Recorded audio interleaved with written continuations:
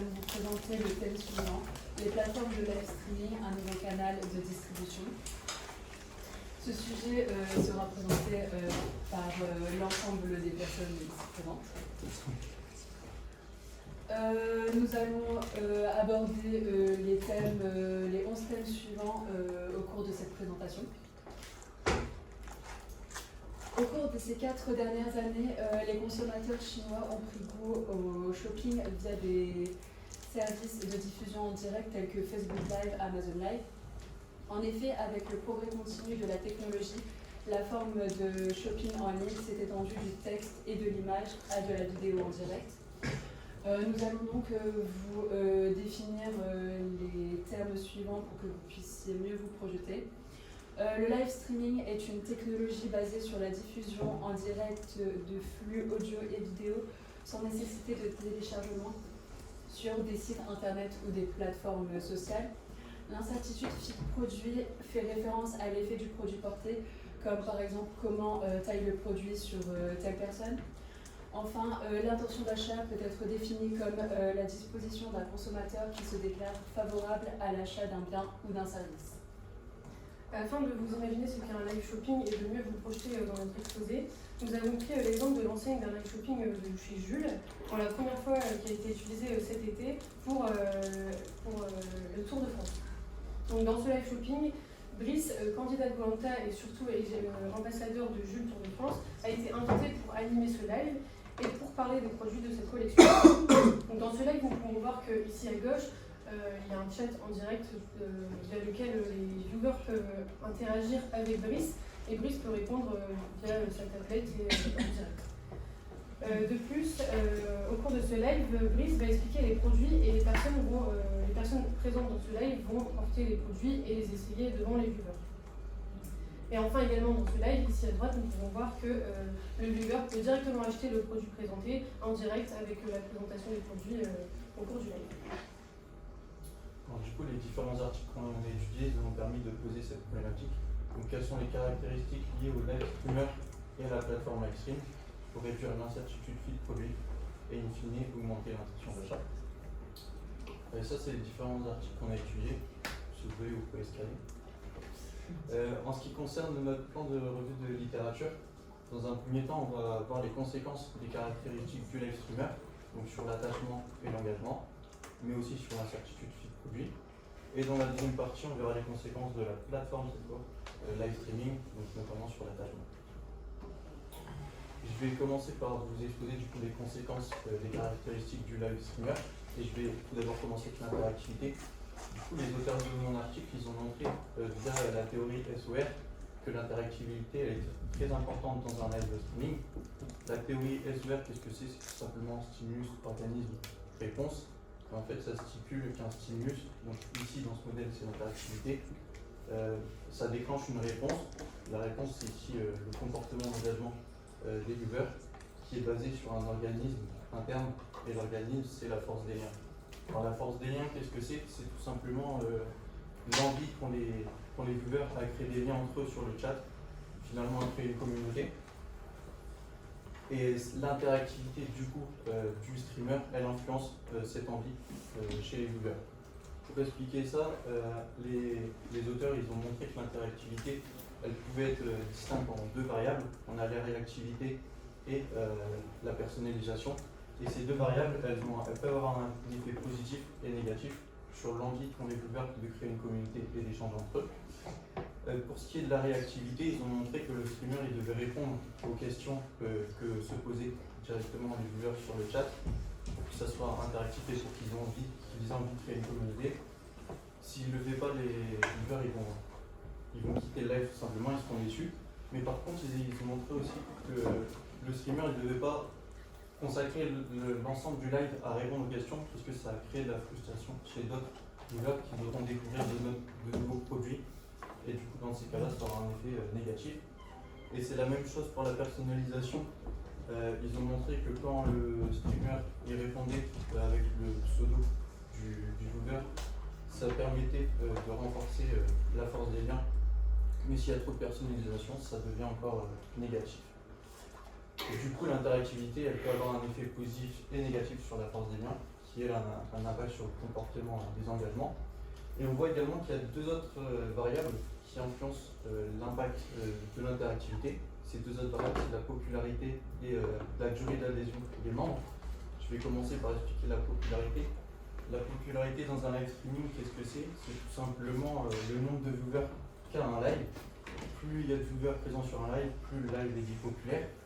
Et ça, en fait, ça réduit les effets négatifs de l'interactivité. Je vous ai dit tout à l'heure que l'interactivité, si le streamer ne répondait pas aux questions, ça allait frustrer les viewers. Et ben, plus le live est populaire, plus cet effet est affaibli. Dans le sens où les viewers ils comprendront que le streamer ne peut pas répondre à tout le monde. Et du coup, ça évitera un grand nombre de quitter le live. Et pour ce qui est de la durée d'adhésion, en fait, donc c'est tout simplement savoir si c'est un viewer régulier ou non, si c'est un nouveau. Et ils ont montré que ce type de viewers, donc ceux qui étaient anciens, ils étaient plus sensibles au changement d'interactivité, donc de comportement du streamer, dans le sens où s'il était interactif, qui réagissait aux questions des autres sur les différents lives, et que sur ce live-là, il ne le fait pas, ils seront plus sensibles par rapport aux autres, ils quitteront plus vite en fait le live que les streamers qui ne le savaient pas. Et du coup, maintenant, je vais passer la parole à Mathilde qui va donner de nouvelles informations sur ce thème. Alors dans mon article, les auteurs se sont intéressés aux facteurs sociaux liés au streamer qui impactent l'attachement émotionnel des utilisateurs envers le streamer. Donc tout d'abord, on a l'interaction. Donc l'interaction fait ici référence aux différents échanges, aux commentaires, questions, likes que peuvent envoyer les spectateurs et auxquels les streamers peuvent répondre et interagir tout au long du live. Donc cette interaction aide les utilisateurs à s'exprimer et à créer des liens d'amitié avec le streamer, ce qui augmente par conséquent l'attachement des spectateurs envers ce streamer. Ainsi, plus les interactions entre les spectateurs et le streamer sont nombreuses, plus les utilisateurs sont susceptibles de développer un attachement émotionnel envers celui-ci. Et c'est pourquoi les auteurs de cet article posent comme hypothèse l'interaction a un impact positif sur l'attachement envers le streamer. On a également l'identification. Donc l'identification correspond à la ressemblance de l'utilisateur avec le streamer. Elle est également appelée la similarité. Donc la similarité entre le spectateur et le streamer peut augmenter leur participation et leur interaction. Donc je m'explique, si un spectateur trouve que sa personnalité ou son physique est similaire avec celle du streamer, alors il peut s'identifier à lui, ce qui amènera le spectateur à aimer davantage le streamer et être prêt à établir une relation avec lui. Donc si on reprend l'exemple du live shopping de chez Jules, si je ressemble à Koh-Lanta, si je suis sportive, je suis de petite taille et blond, je vais être plus enclin à échanger avec lui et à laisser des commentaires, à poser des questions et donc à interagir avec lui. Donc dans ce modèle, c'est cette relation entre le streamer et le spectateur qui permettra à l'utilisateur d'être attaché au streamer et par conséquent influencera son comportement d'achat comme on peut le voir dans ce modèle-ci. Dans cette partie, pour rappeler, l'attachement envers le streamer est mesuré par la confiance et aussi l'engagement envers lui. Donc en effet, dans l'article étudié, 3 variables sont analysées, mais une seule est retenue, c'est la valeur symbolique. Donc qu'est-ce que la valeur symbolique? La valeur symbolique, elle est aussi appelée valeur sociale, c'est lié à l'identité dégagée par le streamer. Donc c'est le fait pour le streamer de dégager des symboles qui reflèteront et valoriseront la personnalité et l'identité personnelle du viewer. Et cette valeur symbolique, elle passe par la personnalité, le charisme et le talent du live streamer. Donc c'est donc l'image dégagée parce que en fait, le client aime généralement les endroits où il rencontre des personnes de leur espèce et avec lesquelles ils peuvent s'identifier facilement. Donc c'est pour ça qu'ils vont dans certains lives. C'est en quelque sorte, est-ce que je peux m'identifier à lui, comme quelqu'un qui me reflète ou est-ce que comme quelqu'un que j'ai envie d'être pour être mieux socialement.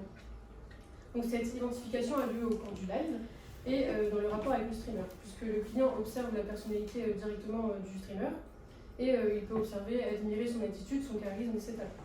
Donc c'est comme ça qu'il va pouvoir s'identifier à lui.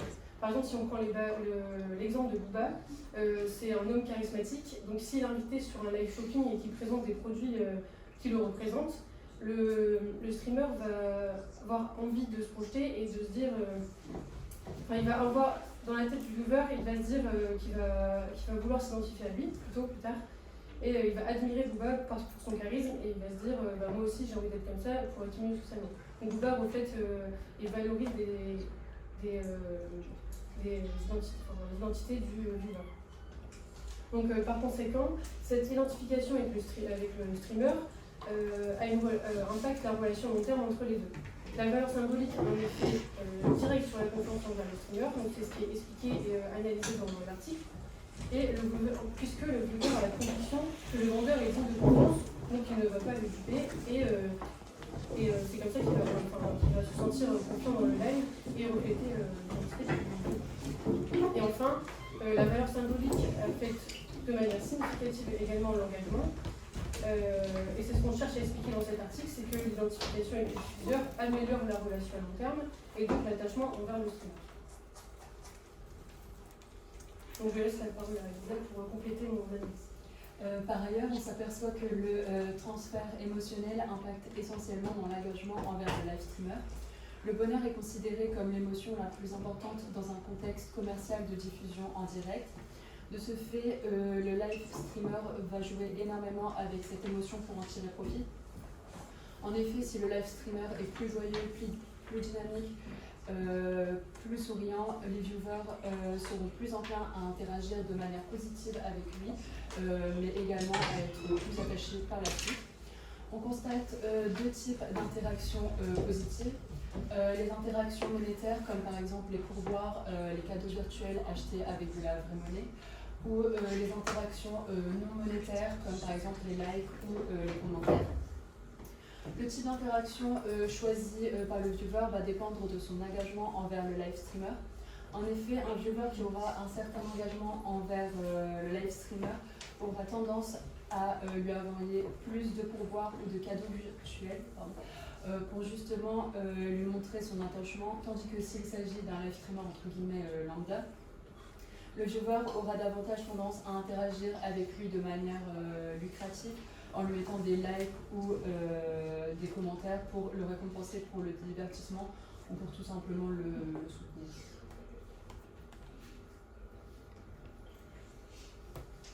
Du coup, à présent, nous allons parler des conséquences des caractéristiques du live streamer sur l'incertitude fit produit et du coup plus particulièrement de la similarité physique et de valeur.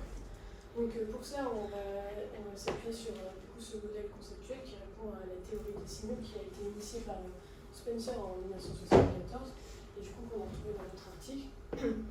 La théorie des signaux s'est basée sur l'hypothèse de l'asymétrie d'informations, c'est-à-dire que les informations ne sont pas équitablement disponibles pour toutes les parties au même moment, c'est-à-dire le streamer, le live streamer et le viewer.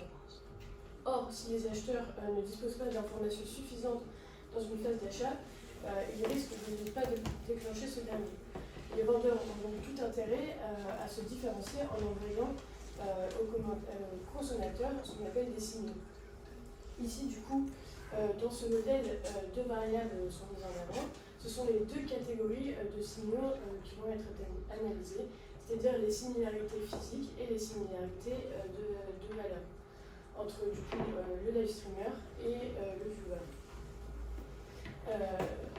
Ce qu'on va entendre du coup par les similarités physiques, ça va être par exemple la taille, l'âge du coup perçu, le sexe, la corpulence et tout ce qui est morphologie.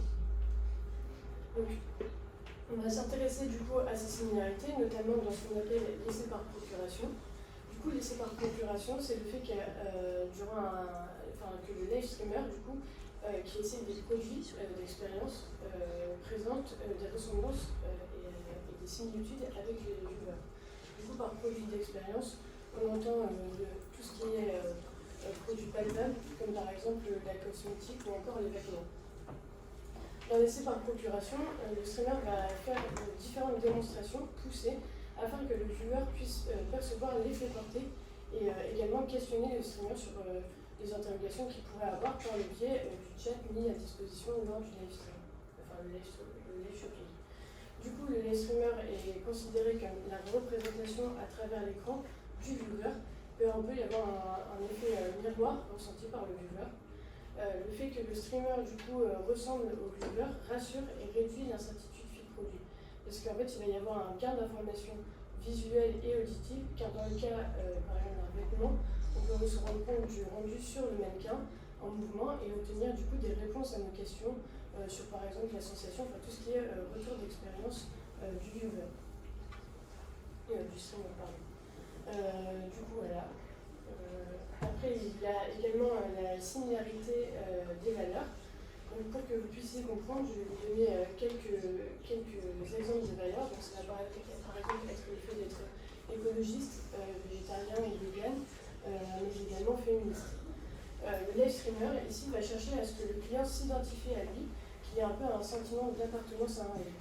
Le fait que le client viewer puisse se dire qu'il ressemble au diffuseur, que leurs centres d'intérêt soient les mêmes et que par conséquent leur façon de dialoguer sera la même, augmente la confiance du client envers le diffuseur et par conséquent réduit l'incertitude fit produit.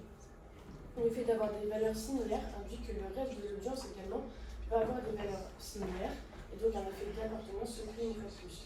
L'idée d'être en communauté rassure sur le fait que d'un point de vue social, les personnes du même groupe que moi n'apporteront pas de jugement négatif, puisque la personne ayant présenté le produit fait potentiellement également partie du même groupe social que moi. Je vais laisser la parole à Nathalie. Maintenant, dans cette seconde partie, nous allons analyser les conséquences de la plateforme sur l'attachement envers celle-ci. Donc pour ce faire, je vais vous parler de la synchronicité et de l'expression vicariante. Donc dans l'article étudié, ce sont 6 variables, comme vous pouvez le voir ici, qui sont analysées, mais seulement 2 d'entre elles ont un impact important sur l'attachement envers la plateforme de live streaming. Et donc il s'agit de la synchronicité et de l'expression vicariante, qui sont analysées en tant que facteurs techniques. Donc tout d'abord, je vais vous développer la synchronicité. Donc ça correspond au fait que toutes les activités du live se déroulent en temps réel. Donc la synchronisation fait partie de l'approche technique de la plateforme de live stream. Et en effet, les plateformes de live shopping en direct fournissent aux utilisateurs de nombreux supports techniques, comme des commentaires en temps réel, un affichage de produits en temps réel par le streamer, mais également un service d'achat en direct selon le produit qui est présenté. Donc les consommateurs peuvent communiquer immédiatement avec le vendeur et les streamers peuvent également répondre en temps réel aux différentes questions posées lors d'un live shopping. Et par exemple, comme l'a énoncé Solveig, il peut essayer le produit si la personne le souhaite, si les spectateurs le souhaitent. Donc tout ceci affecte le comportement et la relation des consommateurs envers la plateforme qui sont alors plus attachés. Donc ainsi, plus la plateforme est synchronisée, plus l'utilisateur va y passer du temps et aimer regarder le live et être attaché à celle-ci. C'est pourquoi les auteurs de cet article ont posé comme hypothèse la synchronicité augmente l'attachement de l'utilisateur envers la plateforme. Ensuite, on a l'expression vicariante qui correspond à un mécanisme d'apprentissage par procuration. Donc l'utilisateur ici apprend des choses sur le produit par le streamer à travers la plateforme. Donc le streamer montre son expérience de consommation du produit.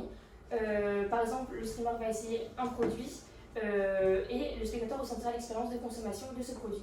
On peut reprendre l'exemple cité dans mon article qui est l'exemple du rouge à lèvres. Donc le streamer, suite à une demande d'un spectateur, peut appliquer le rouge à lèvres et ainsi le spectateur pourra mieux se rendre compte de l'effet rendu sur les lèvres.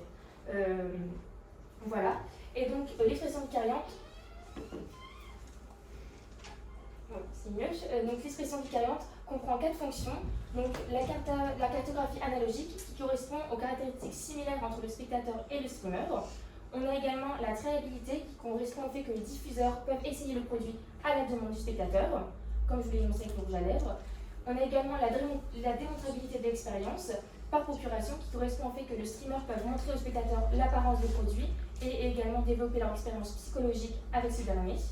Et enfin, on a également la 4e fonction qui est le transfert, et c'est le fait que le streamer est un substitut pour le spectateur, puisqu'on peut demander au streamer de faire certaines actions. Ainsi, les auteurs de cet article posent comme 10e hypothèse, l'expression vicariante a un impact positif sur l'attachement à la plateforme. Et donc, ce que je viens de vous énoncer, ces 2 facteurs techniques permettent aux consommateurs de comprendre rapidement le produit et en somme d'avoir une meilleure expérience d'achat, ce qui les rend donc attachés à ces plateformes. Donc après avoir bien analysé ces 5 articles, 2 principales faiblesses en ressortent. La première est que seules les conséquences des caractéristiques du live streamer ont été analysées sur l'incertitude du produit et les conséquences de la plateforme live streaming ont été analysées seulement sur l'attachement envers la plateforme. Donc nous, on va considérer les conséquences des caractéristiques du live streamer également de la plateforme de live streaming sur cette incertitude du produit. C'est-à-dire qu'on va prendre les 2 simultanément sur l'incertitude du produit, alors que eux prennent les 2 simultanément sur l'attachement à la plateforme et au streamer. Donc c'est à la suite de ces 2 research gaps que nous avons posé la problématique qui est quelles sont les caractéristiques liées au live streamer et à la plateforme live streaming pour réduire l'incertitude du produit et in fine augmenter l'intention d'achat.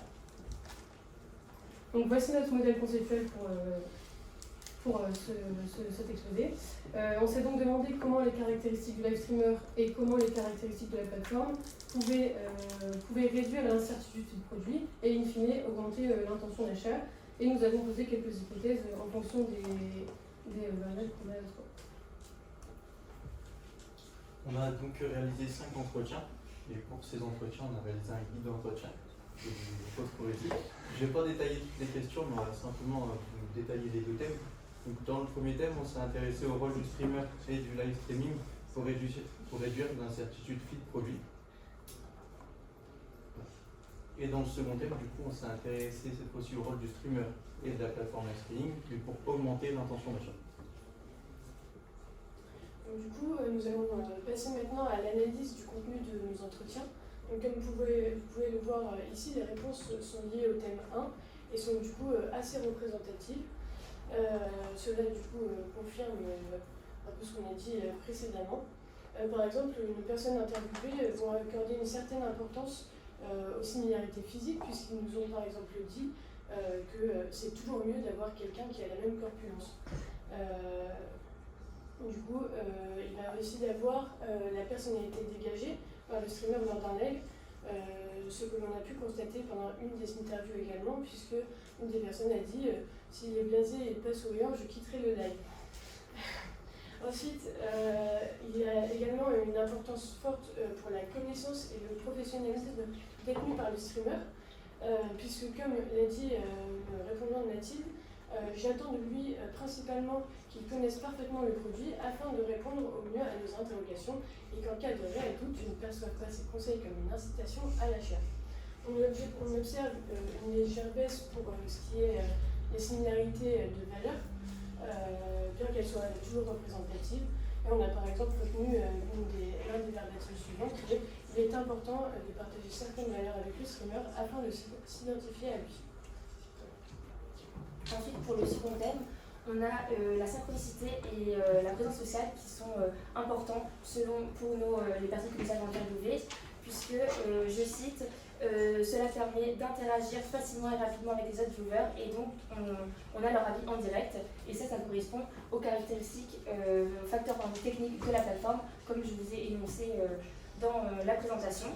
Et donc on voit ici que c'est surtout, comme j'ai énoncé, la présence sociale et la synchronicité qui ont vraiment un poids important pour les personnes que vous avez interviewées concernant les caractéristiques de la plateforme live streaming. Alors voici l'intégralité des verbatims que Solveig et Mathilde viennent de nous synthétiser. Et du coup, en fonction des résultats des entretiens, on a décidé de ne pas changer notre modèle conceptuel.